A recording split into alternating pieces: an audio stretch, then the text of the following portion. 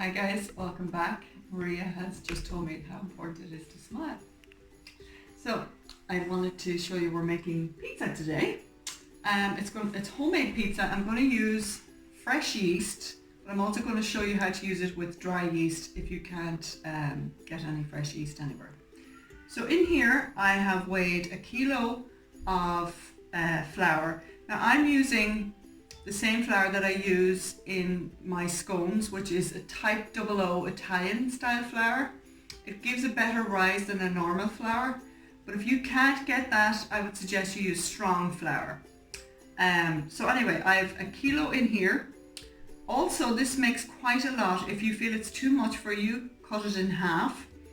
Or go ahead and make it and put some of your dough in the freezer for another time. So, kilo of flour, 500 mils of milk here, which I have already heated in the microwave. Don't overheat it. If you overheat it, you're going to kill the yeast that you're going to put in here.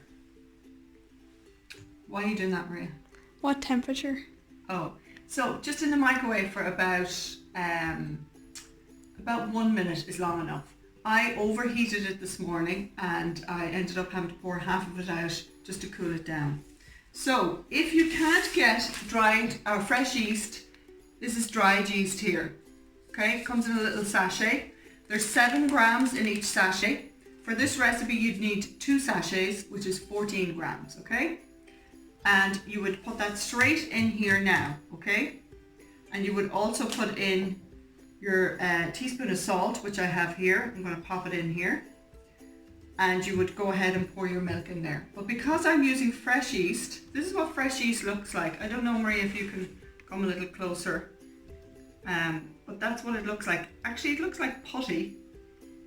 And it smells mildly like alcohol, okay? And because I'm using fresh yeast, I'm going to put my sugar into my milk because yeast needs heat, moisture, and sugar to grow, okay? So I'm going to pop them all in there. And then what I'm going to do is literally put my clean hand in there. And I'm going to mix, try and get my yeast to be incorporated into the milk. You could use a fork either, but I find it just sticks to the fork. And then you have to stick your hand in anyway. So thank you so much to all of you who have sent me lovely pictures of what you're making. Actually, it fills my heart to see so many people overcome their fear of cooking and baking and producing all this wonderful food that they thought they could never do. I remember actually teaching a class, before all this happened. It was a beautiful class. It was a class, an intergenerational class where there was young people and old people. And there was a bunch of women at one table. And there was one woman and she was just sitting back and letting everybody do it. And I'm like, oh, come on, have a go. And she goes, no, I'm not a good baker. I'm not a good baker. All my friends are great bakers. I'm not a good baker. And I said, but sure, look, it's you know, it's not that hard. You give it a go. The next thing I look over and we're making scones and she's there and she's like a natural doing this. And I'm like, look at you. You're amazing. And she says, I just remember how my mammy used to do it. And I have a memory of my mammy in the kitchen. I nearly cried. I just thought it was such a beautiful way of remembering the past generations. Anyway, I'm blabbing too much. So you leave this somewhere warm just to until you see little bubbles appearing on the top here. And that should take about maybe 20 minutes, half an hour. So I'll be right back. It took about 20 minutes and as you can see, how fluffy, and I just ran a fork around it there to fluff it up and it's all full of air. So I'm going to throw that in here into my mixer and I'm also going to put 3 eggs in there. So if you have used your dried yeast, you're just going to continue on now as if it was the same. And I'm going to put a tablespoon of olive oil in here as well. And I'm using the dough hook on my mixer to do this.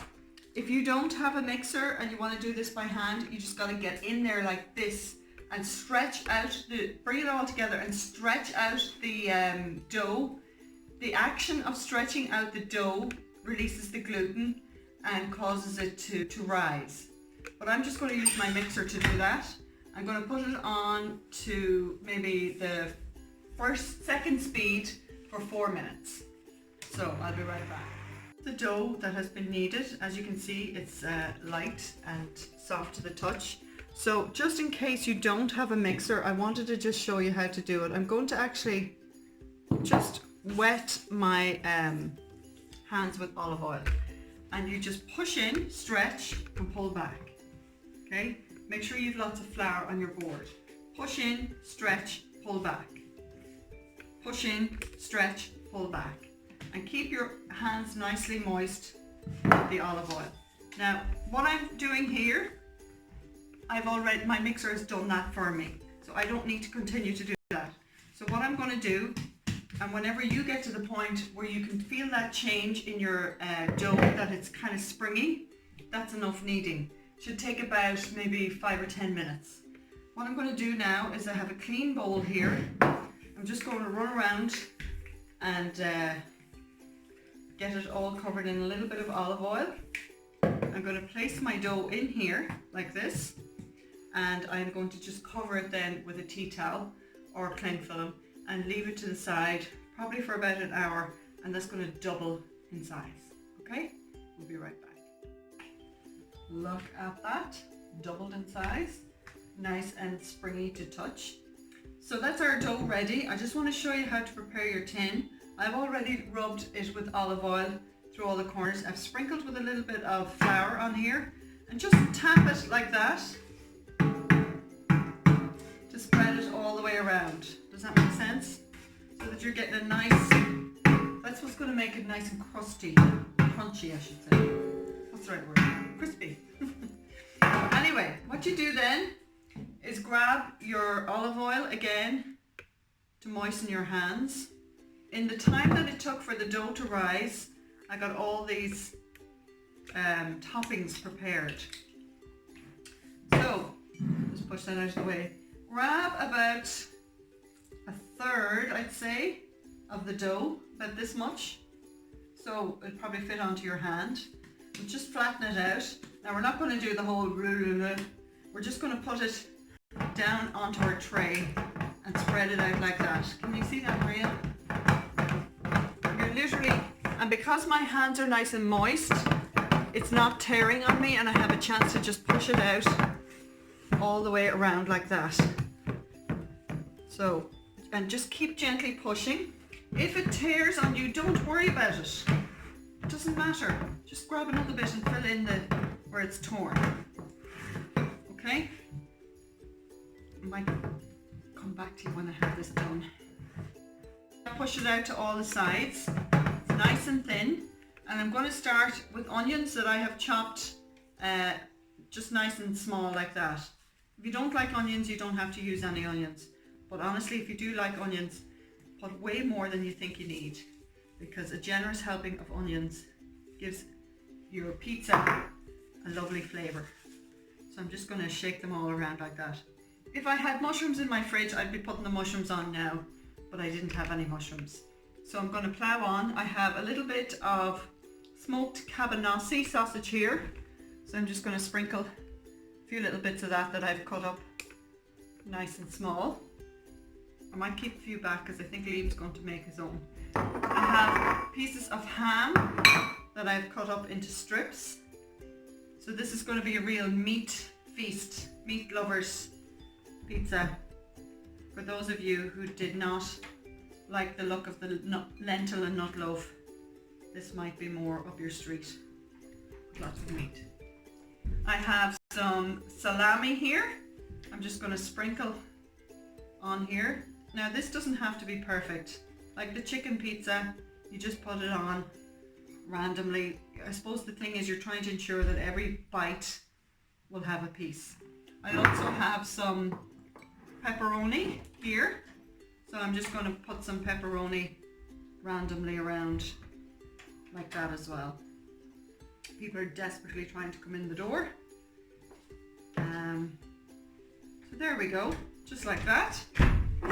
So that's all 4 meats, and what I have here is the ends of the pepper that I've cut up and the tomato that I've cut that are not pretty. Don't discard them, keep them. The other thing I wanted to show you is how I managed to get this shape in my peppers. So what you do is you literally cut the top off like this. Okay? Can you see that there, Maria? And you cut in like this into the center, and then just pull out this section here like this.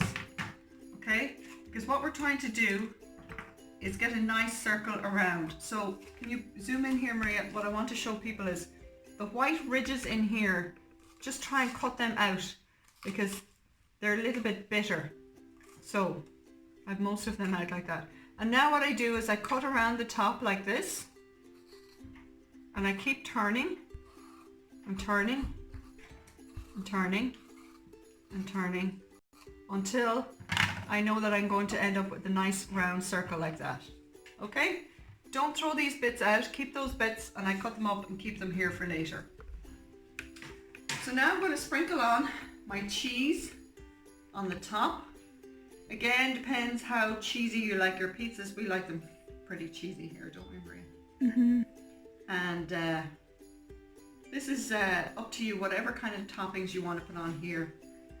You know, a pizza's quite a personal thing, I think. Some people like pineapple and sweet corn and all that kind of stuff. But this is one I know that all the kids will love. And then I get my round pieces of pepper that I've cut, and I go kind of like this, just to make it look pretty. And then I come along with my green and my yellow, which I have to cut here, like this. And you just continue like that. Does that make sense? And I didn't cut my yellow one yet, but I will put two there, okay? And then I have my sliced tomato, and I just put one in the middle of each round circle, like that. And it's going to look really pretty. If you have a family that like black olives, you could always pop your black olives in the middle like that. And the final thing that you do is get your passata and sprinkle your passata over the top. And I know most people put the passata on the base of their pizza, but for this one it's very nice, just drizzled along the top. My passata is not usually this thick. I don't know why it's so thick. So it's just, it should just run over the top, but you know what? It'd be grand. It won't affect the flavour. It just doesn't look as nice. It's usually a nice kind of drizzle over and back across the top. But that's typical when you're filming, isn't it? Anyway, that's your basic pizza. I'm going to be back in a second because I want to show you how to do something a little bit more gourmet. Be right back. Another pizza in the oven, and I just thought I'd show you something a little bit different. I've smothered the base of this with some fresh pesto. I'm going to sprinkle some chicken pieces that I had in the fridge over the top, and just, this is going to be more like a, I suppose, a gourmet version, isn't it? Just a little bit different than the pepperoni salami kind of pizza. And I'm going to add some feta cheese. Now I like to use a Polish feta cheese because I just find it's really crumbly and rich and creamy. If you don't like feta, a little bit of goat's cheese would be nice in here too. If you don't like either of them, don't worry about it. You don't have to. Maybe a little bit of parmesan would have been nice too. Forgot about that. So don't be afraid to be liberal enough with the feta.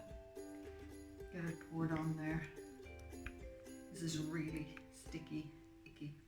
So when I showed you how to cut the peppers before, remember I said keep back the pieces around the edges, or the pieces that you didn't cut very well. Just hold on to those pieces. I'm going to sprinkle them on next. I really need to wash my hands. End pieces that I saved back from the end cuts of the last pizza. If you had made roasted vegetables and you have some left over, that would be delicious here now on top of this. But leftovers are a thing we don't have a lot of these days because so many here. I'm going to put a little bit of onion on here, not a lot. It's just a little bit that I had left over from the last pizza. And I'm going to sprinkle with some black olives because that just gives it that decadent kind of look. I know that this is probably more of an adult taste than for some kids, although Maria, you like olives, do you? Kind of. No, she doesn't. And then the last thing I'm going to do is put my cheese, a little bit of this kind of cheese over the top, not too much, because we have a lot of the other. There's more mozzarella in this. If you want to just go mozzarella only, that would have been nice. Just didn't think it was in time. And I'm going to sprinkle, this time not with passata, but I have a balsamic glaze here that I'm just going to drizzle across the top like that. Look at that. Does that not look very gourmet-ish? And I'm going to pop that into the oven again at, what did I say, 180 for about 20-30 minutes. Now I have a little person here, Liam, who's going to show you how he makes his pizza. So come on over here, Liam, and I'll pop this in the oven. And you work away there. Hi. Go ahead. I'm just gonna put the meat on, just sprinkle all the meat over here. Doesn't help when the camera lady's laughing her pants off. Good job. Go ahead. What else do you want to put on? Cheese.